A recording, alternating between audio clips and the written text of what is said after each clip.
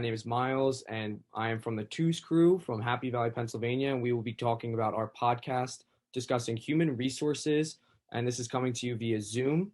I hope you're all having a great day and ready for some conversations about HR and some current trends in the hospitality industry. Over the course of this podcast, we will go through multiple segments, including some industry changes from the past 2 months under the Biden administration, changes to public policy, virtual reality and training, job titles, COVID strategies, and state college restaurants. And this is going to go into our Here's the News topic. And then from there, we will move on to hot topics and some professional industry insight, where we will gain some firsthand experience into what the industry and how it has changed over the last couple of years, and especially in the last couple of months due to COVID. So now I'm going to let everyone introduce themselves, and I'm going to pass it off to Megan. Hi everyone, my name is Megan Barlow, and today I will be reporting on something important. Now here's Miles. Today I'm going to be discussing something that everyone should care about. Hi guys, my name is Peter LaMountain, and today I'm talking about something innovative, and here's Rick. Hey, what's going on guys? My name is Rick, and I'm going to be talking about something cool today. Hi guys, my name is Maddie, and today I will be talking about something that everyone should be watching out for. So to start today's podcast, we're going to go right into the Here's the News phase, and Maddie's going to introduce that for us. Thanks, Miles. So, hi guys, it's Maddie again, and this is Here's the News. In this segment, we will be discussing different events, activities, and alterations that are occurring in the industry and how they could promote different changes within the workplace. So to start us out, we have Megan, and she's reporting from the desk of Something Important. Thanks, Maddie, for that introduction. So like she said, my name is Megan, and I'll be reporting to you live from Zoom on Here's Something Important. So during this past year, we had a new presidential election, and there's been a lot of changes brought to all the industries, especially the hospitality industries, whether these be laws or new regulations that each company will now need to follow.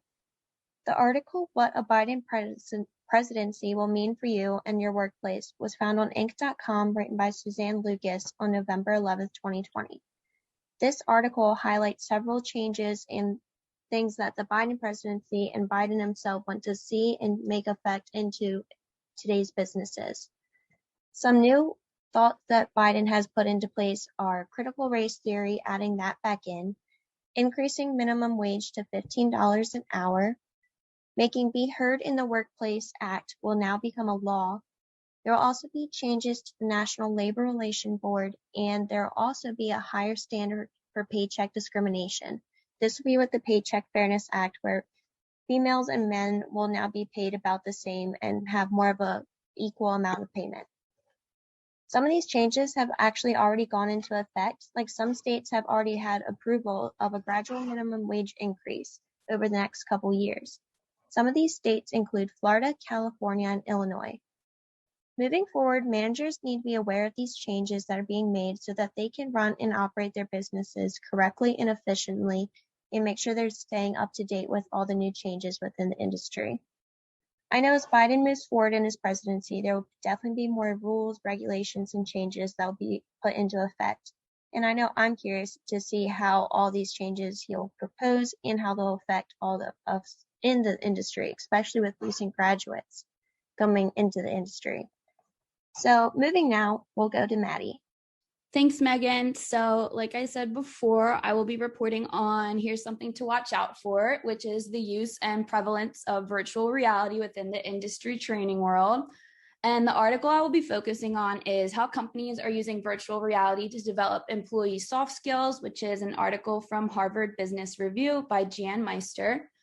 So I'm just going to touch on a few highlights of the article. So basically what the centralized idea is about is that they're using interactive and immersive training, like virtual reality, which we all know and love, to help employees interact and role play certain circumstances within the industry. So this will allow them to build more soft skills that, like these type of skills are like communication, leadership skills, and also conflict management. And everyone knows conflict management is a very important skill to have, especially within the hospitality industry. So an example I'd like to touch on is that H&R Block actually is using virtual reality and they're using it for customer service training with angry customers and with their employees, and they actually experienced a 50% decrease in dissatisfied customers. So that is a very large percentage, so clearly it's working. And they also use this for employee evaluation. So this can help managers basically evaluate the skills that the employees are showing while they're completing this training. And then therefore they can match those skills to different functions. And also I'd like to say that this is limiting cost as well, training costs, because employees complete this 4 times faster than traditional training. And it can open up, so many new possibilities and help companies provide the best experience and customer service. So this is just something that we want to watch out for as we enter the industry, and keep in mind to use different technology to advance ourselves and our companies within the industry. So now I'm going to pass it off to Rick. Hey, what's going on? So I'm going to be talking about something cool today. Due to COVID and everything that's been going on, Las Vegas has been such a hot spot for tourism in like the past couple of years, and even before that. But it's significantly been dying down because people haven't been able to go there due to COVID, whether it's traveling or because not everything is open up to full capacity. Las Vegas has been able to do a decent job of making customers feel more comfortable and safe while visiting attractions in Las Vegas, however. Starting off, visitors in 2019 in August went from 28.4 million people to August in the next year in 2020 to 12.7 million, which is a dramatic decrease in people visiting Las Vegas, as well as hotel occupancy going from 89.4% in 2019 to 42.8% in 2020. Now, the way they've been able to do this and why this is such a big thing is because gambling is such a massive part of Las Vegas. They've had multiple encounters with different problems that had to do with people being in the hotels and gambling, because the casinos are mostly in the hotels that people are staying at, which is the reason for such a low occupancy and such a low amount of visitors. Ways they've been able to do this with rules and regulations to kind of open it up more and make people feel more safe, whether it's been face masks, social distancing, regular sanitizing of anything that's been touched by a patron or a worker, and then thermal temperature scanners at all entrances to take customers' temperatures before even entering the building. As far as vaccinations, that's more of a recent thing, and Vegas is opening up now completely. I believe in May 2nd or May 1st. That's more of a new, like more of a breaking news type of thing. But the way they've been able to do this and making people feel more comfortable and in the heat of the moment for COVID has been through commercials and websites such as Vegas Smart.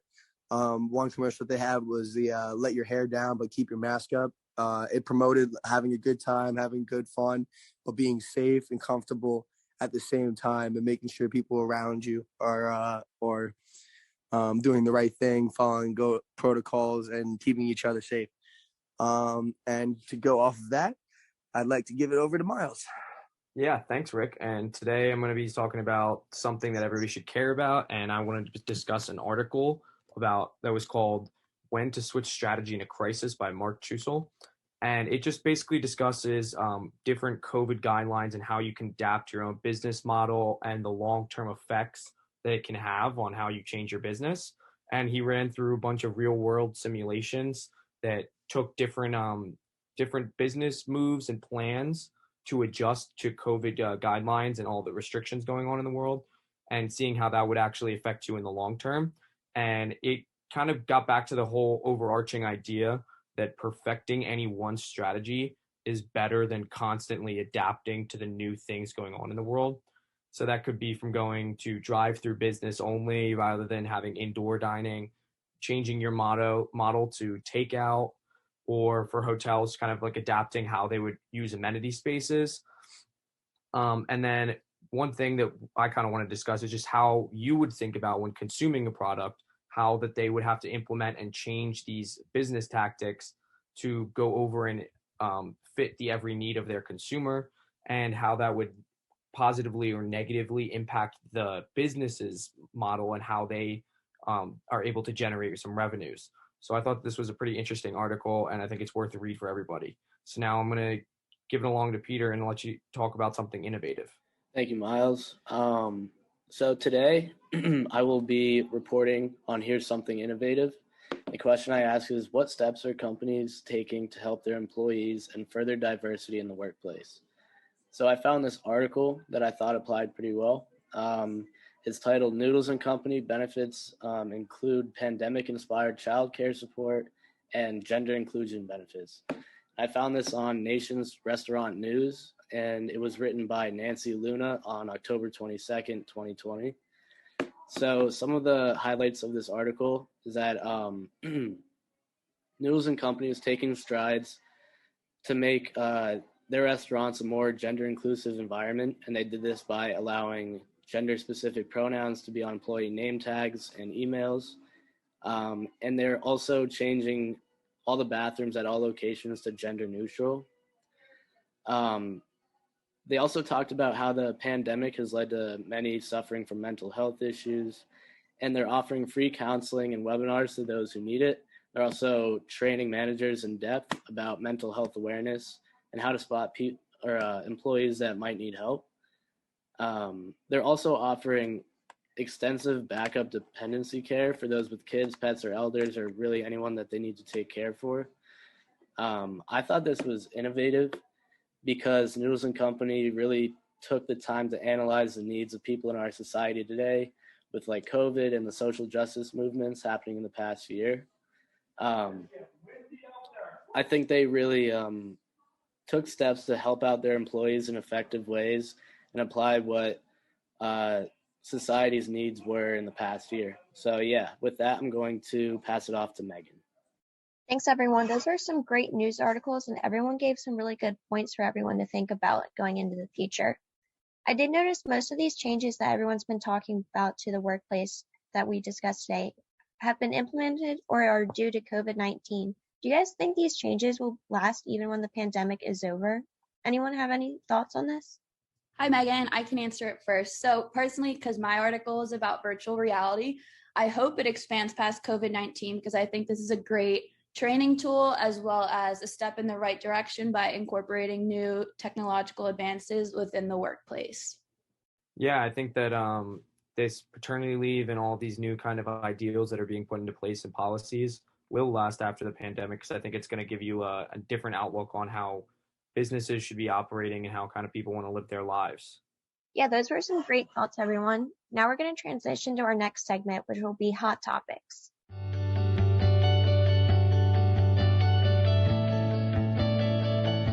Hey everyone, and welcome back to our podcast. Today we are going to hop right into our hot topics. In this segment, we're going to be discussing a topic of conversation, whether about office and holiday Christmas parties, whether they should be celebrated or whether they shouldn't be celebrated. We have two sides to this discussion today. Side one being they should not be celebrated in the workplace, and side two being they should still be celebrated in the workplace. Each side will have two debaters discussing why they think each of these should be kept in the office Christmas party or whether they should be going away. Right now we're going to start off with side one, where office Christmas parties are a potential nightmare in the eyes of a human resource manager. With the potential for so many issues, the question becomes, do we get rid of these altogether? Maddie, what do you have to say about this? Thanks, Megan. So yeah, today I'm debating against Christmas parties in the workplace. And the first argument that I would like to make is that Christmas parties definitely exclude others of different cultures and religions from the certain sense of belonging and camaraderie that certain Christian employees feel while celebrating Christmas, also known as the most wonderful time of the year. So it's definitely important to remember that not everyone enjoys the season or celebrates the season, especially if this work party is mandatory. So Society for Human Resource Management actually conducted a poll, and they said, this was in 2015, but they said 65% of HR professionals said that their company will have a 2015 holiday party. And that is a very large number, especially when we start to think of the diversity within the workplace. You know, all these people, especially if they're of different religions, they should feel welcomed and accepted and recognized within their company. So according to Society for HRM, employees actually have sued over religious discrimination in the past. So one instance that I'd like to touch on is an LAPD police officer. He actually sued the LAPD because he was required to attend a Christmas celebration and a training session at a Christian church. So it's not like it was just something he could avoid, considering it was also a training session. He did not identify as a Christian. He actually identified as an atheist. Therefore, he felt extremely outcasted and unrecognized, especially among his coworkers, the people that he spends most of his time with. So, everyone knows religion is a core foundation for some people. So a study within Kansas State research team, they actually concluded that employees who are more open about religion are happier. And, so saying that, it's really just up to the company to make the environment safe and inclusive and welcoming for all. So yeah, that about sums it up for my takes. And now I'm going to pass it to my partner, Rick, and see what he has to say. So today I'm going to be making the argument that company Christmas parties involving alcohol can lead to unsafe situations, as well as major setbacks for companies as a whole and individual employees. These parties raise the risk of sexual harassment to occur, as well as unprofessional behavior across all platforms. So according to NPR, an employment lawyer named Jim Reedy recalls how a high-profile CEO of a local company in New Hampshire dangled a mistletoe in front of his pants while making suggestions as like, you can't see the mistletoe and you want to kiss the mistletoe. This is just one of the examples of things that could happen when alcohol is mixed with a public company party, or just a private company party, excuse me. So about 65% of companies say that they hold Christmas parties or holiday parties, and about 47% of them say that they regulate booze consumption. This isn't a very high number, considering the fact that booze consumption can lead to such big things, even if you leave the workplace. People who end up driving home after a company holiday party are more susceptible to, obviously, a DUI or a DWI, which is not good for either party, the company or the individual. And then there's another statistic by alcohol.org, which has an entire page dedicated to work parties, especially Christmas parties, that 88% of these employees that attend these parties drink at holiday parties. So there's such a massive opportunity for potential problems on every side, especially when you're mixing other employees that haven't exactly talked to each other, don't know each other as well, that might take things a certain way if they're said because they don't know that person or how they interact with other people. And just bad decisions because you're not thinking clearly due to the influence of alcohol. It's hard to make correct decisions when you're drinking, and it also goes for higher ups. It's not just the base level employees; it's also the CEOs, the managers, and whatnot. They have to be able to keep themselves, under wraps and hold themselves accountable for all of their employees and themselves while they're there and while they're leaving the party. And this could have major setbacks for a company as a whole, or just individual employees, as many ways as you could possibly think about it. And then I'm going to pass it off to Megan. Thanks, Rick and Maddie. Those were definitely two arguments that I never really thought about, but everyone really does need to feel included, especially in these situations, whether it be religion or their safety. And we really need to keep in contact and make sure we're looking at everyone's safety when it comes to drinking at these parties. Now we're going to go into side 2, which is companies should be keeping workplace holiday parties. However, they need to change the way they approach them a little bit, whether it be how they hold them, what they call them, or different things. We'll hear what Peter has to say on this first. Hi. So today I will be arguing that companies should keep throwing these Christmas parties. I think that holiday parties could be a time for inclusion and bonding between employees, employers, and even business partners. So there are ways that companies can avoid having people feel left out during these holiday parties. According to an article from SHRM, some of these ways are to throw the party after or before the holiday to avoid offending those who do not celebrate it. Another way is to make it optional for all employees to come or not, or to even participate. This gives them the decision that they can make and feel comfortable with, and it should not be forced upon them. And another way is to limit the amount of alcohol and the type of alcohol. People can have fun, but excessive drinking can cause accidents, and that's definitely something that everyone wants to avoid. I think that the main part of the party isn't really about drinking, but as a professional work firm, we should all learn to protect our employees on the basis of having fun. And this can lead to better chemistry and relationships between coworkers, employers, and even your business partners. So with that, I'm going to pass it off to Miles. Great. Thank you, Peter. And so now I'm going to be giving you another couple of arguments about why I think that office Christmas parties are still okay and why offices should still be holding them. And there's a lot of different reasons how you can get around these precedents that might seem to cause some issues in the office place. But I think that overall blanket statements don't really work anymore, but individual Christmas parties still do. And you can create personalized policies that work well for your specific office that might not work well other places. In some places, you might know the majority of like a demographic of who works in your office to allow these opportunities to host office Christmas parties. And just by saying that it's an office holiday party, you can eliminate some prejudice against other religions and move away from the whole Christmas party aspect and take it back to a celebration of an end of the year party. And then, so fun work environments can improve your employee retention and give added reasons for prospective employees to want to join your culture. And that's something that is definitely more important with the incoming graduates and new employees that are of the younger generation who would want to work in these environments. And these Christmas parties allow for bonuses and a time of award and recognition and to be celebrated for all of the accomplishments that have been made over the course of the year and to relive them. And it might give them a good outlook into the future and help to improve yourself and your company by giving opportunity to celebrate these things rather than just blow past them.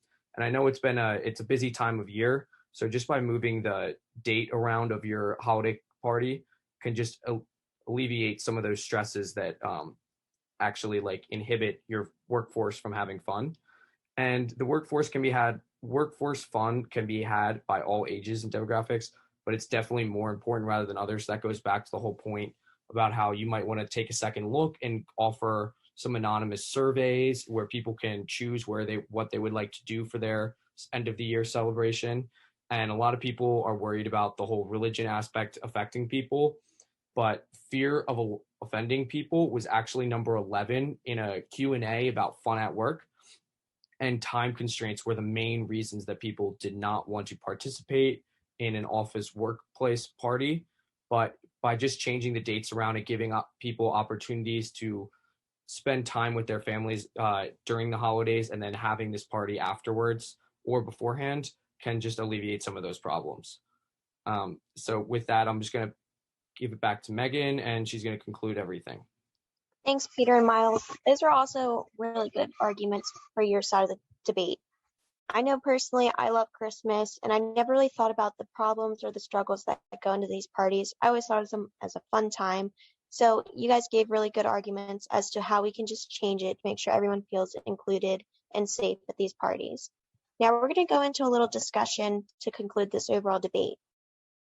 First, what are some ways that we could potentially minimize the risk that we discussed earlier? Some of these include alcohol, religion. Maddie, what do you think? Thanks, Megan. So for my personal standpoint regarding religion, like Miles said, obviously not trying to not have the Christmas party during exactly Christmas time. I know one person that we heard of during our HR class, she says that they have it between Thanksgiving and Christmas time. So it's just, like a holiday party. or even just perhaps having an end of the year party instead of a Christmas themed party. That way you can celebrate the company's accomplishments and looking forward to the new year and what their goals are. And also to just have open communication with the employees itself, make it a welcoming environment where everyone's welcome, everyone can share their opinions and what they would like to see out of the company. Rick, what do you have to say about this? Ways to mitigate these risks and whatnot would be things such as calling Ubers, coordinating carpools or having a DD, or even just walking or taking public transportation. Any means of getting home in a different way than which you came, considering if you were consuming alcohol is good. And that is a lot better of an idea than getting behind the wheel of a car or having somebody else who has been drinking get behind the wheel of a car and attempt to get you guys home. And now I'm going to pass it off to Megan.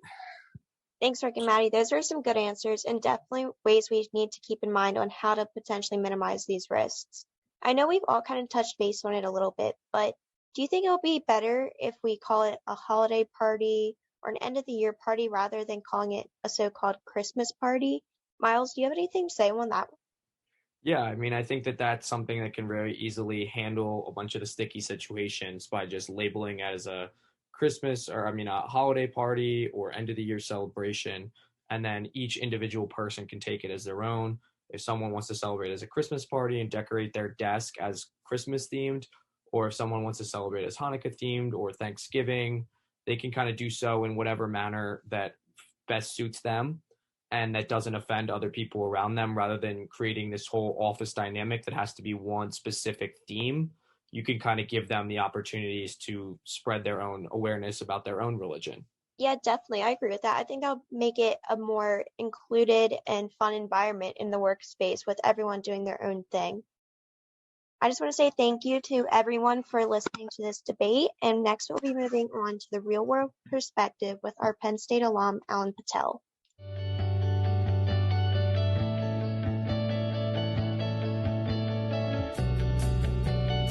Hi, my name is Maddie. I'd like to welcome you here, and on behalf of our group, which is called the Tews Crew, we'd like to give you a warm welcome to our guest and our Penn State alum, Alan Patel. We are so excited to be able to speak with you today, and we would like to thank you for taking your time to meet with us.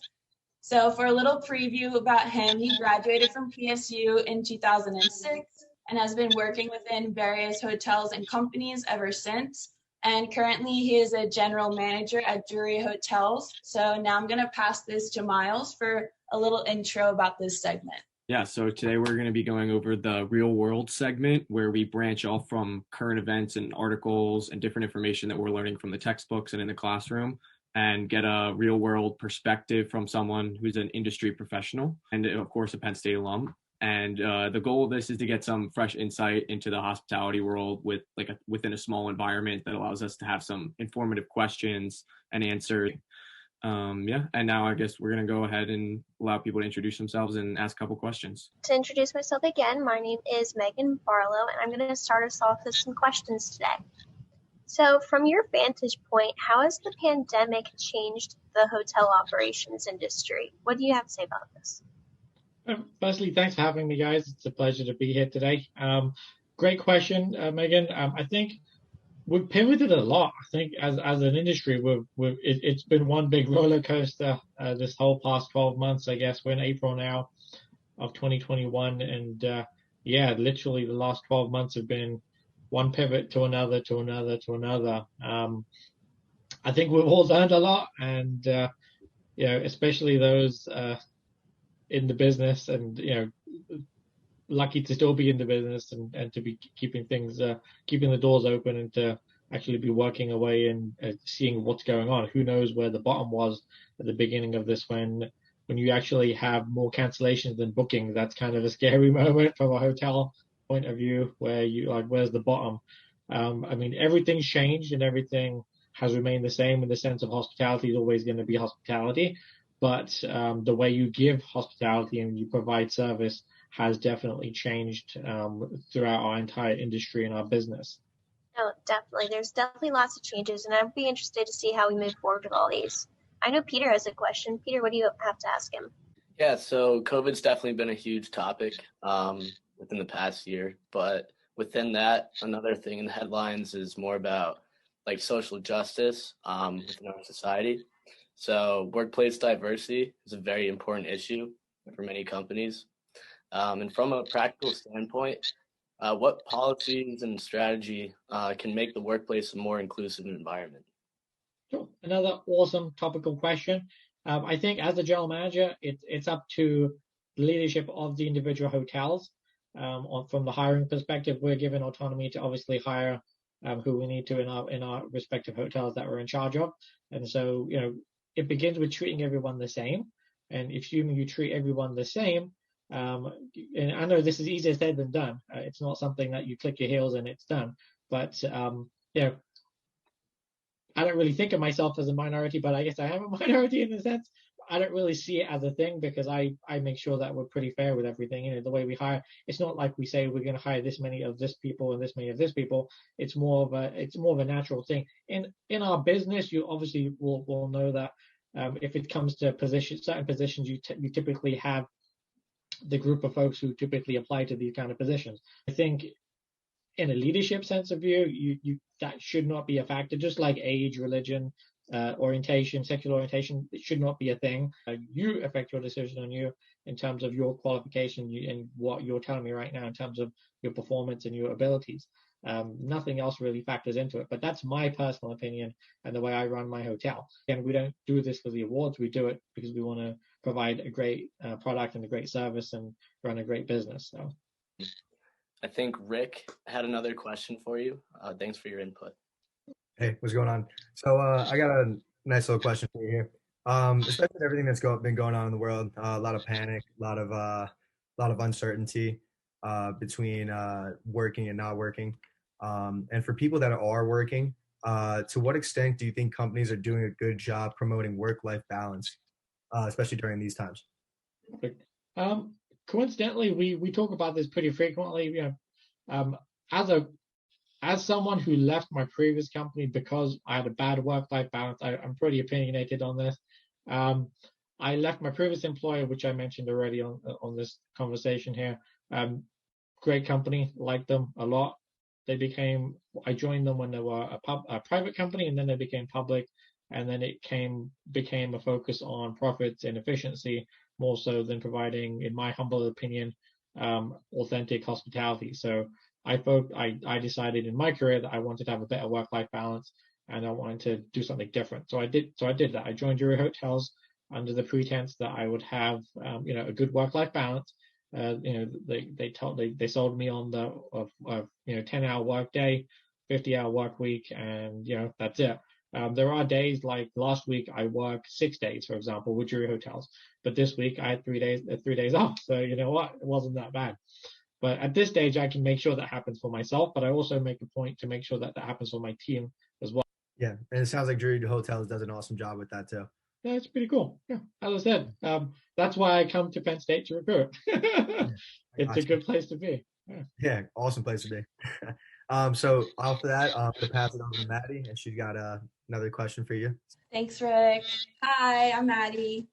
So my question for you is kind of goes back to Rick's question a little bit, but how has COVID impacted you personally, especially regarding how your perspectives kind of changed regarding your employees or your hotel as a whole?